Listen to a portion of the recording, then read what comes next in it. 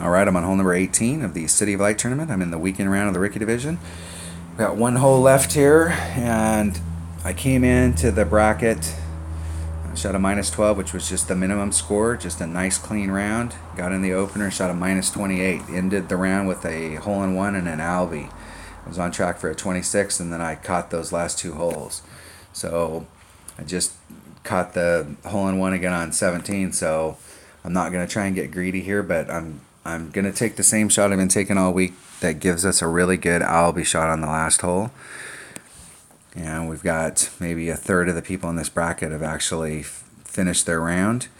And so we have a lot of people, I haven't gone through, but we have a lot of people here who haven't either started or gotten deep into it. So I want to put a lot of pressure on those people by ending up at the minus 28. So let's get at it. This is Parc de Paris, hole number 9. All right, lots of different ways that you can go at this hole. I'm seeing a lot of people come out here and try and lay up and then try and blast through the trees. First of all, this is a super dangerous shot, and you need to get it all.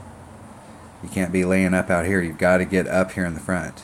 Now, one of my teammates is doing a rough bump here, and I think there's several holes in this game that are holes like this that if I was going to take this shot over here was going to be my pony. I think the rough bump is good because the angle from the tee box, you could do the rough bump and then roll out, and instead of trying to be back here and trying to move it in around. And then if you can achieve that shot, you're going to need a club on the other side like a big top or something that's got lots of distance and lots of topspin to try and blast through the trees. You can also do a layup on the pad, which is what I'm doing in my lower level account, and then trying to go at it with a big dog. If you're going to lay up here, once again, you got to get all the distance so that you can start off your second shot with your big dog over here. And what's that going to take? 3 power ball. What's this going to take? 3 power ball. This is a 3 power hole. And you may be able to get into this spot. You may be able to get into this spot with a 1 or a 2 power ball. But guess what? This next shot is going to be out. It's going to be very difficult, if even possible.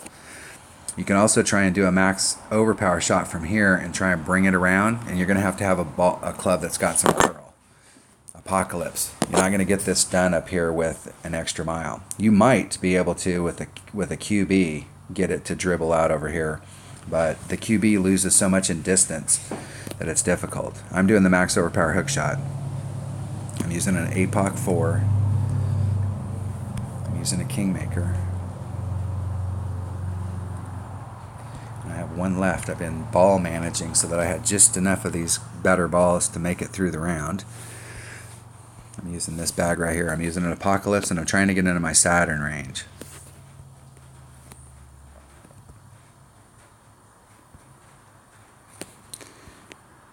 And what I'm going to be doing for my setup, my landing spot, is I'm looking for... I'm going to go back here one real quick. I want to just look at that club. I'm assuming it's 1.6 per ring. It is. It's 2, 1, 2, 3. It's 1.7 per ring.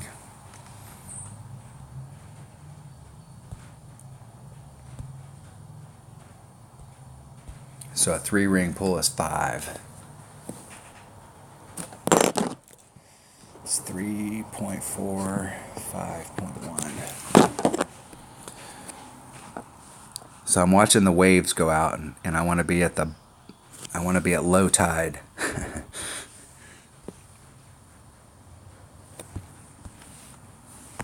We've got the lowest one we've got all week. Low tide. Let's take the wind out.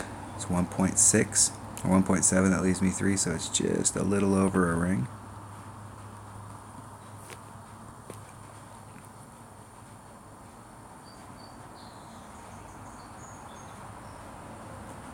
I got it all. Now it's all about this landing zone. If I can hit that pad, perfect.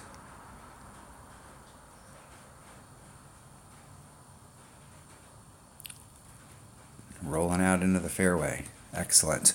I've opened up the shot for the Saturn, so I have a shot with the Saturn right here. And it's been a little short, so I'm gonna try and scoot up a little closer to the hole. I've been right on track. but it's actually coming to a stop a little faster than the ball guide looks like it's going to.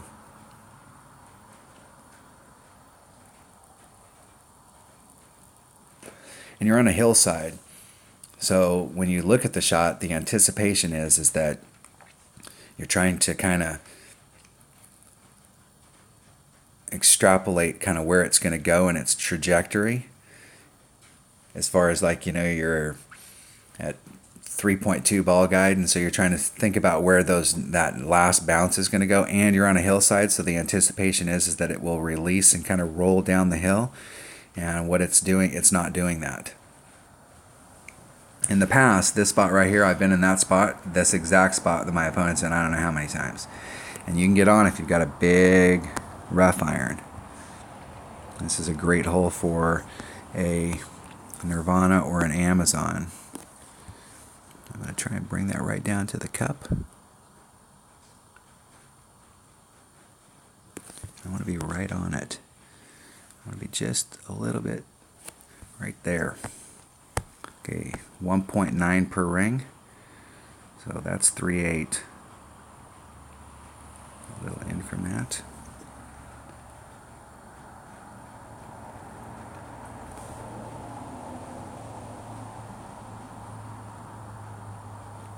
Hitting it perfect. Give myself a look. Look at Albie. Just a little bit on the outside. I never really thought about this hole as being a big Albie hole until this week. We were, in my main account, I don't have an APOC 4, so I don't have quite as much curl. And my Apocalypse 2 doesn't have quite as much curl as my big topper, so we're using a big topper with a 3 power ball, leaving at least 2 miles an hour of the wind in to try and push us a little farther up on the pad. But what we found with a Apocalypse and an extra mile is that a 3 power ball was could be just a little too much, and that the 2 power ball worked a little better, and we needed the side spin. In the hole. All right, this was the number I was looking for in my main account, trying to pick up that -28. -28 would have won in my main bracket. Pretty much everybody in that bracket's finished. There was 2 people that had me with tiebreakers, and they both finished right above me. One of them had a 27, one of them had a 26. 28 would have won it. Just picking up a couple per side. Picking up clan points is the goal. Looking for banners. There ain't no gimmies in these tournaments.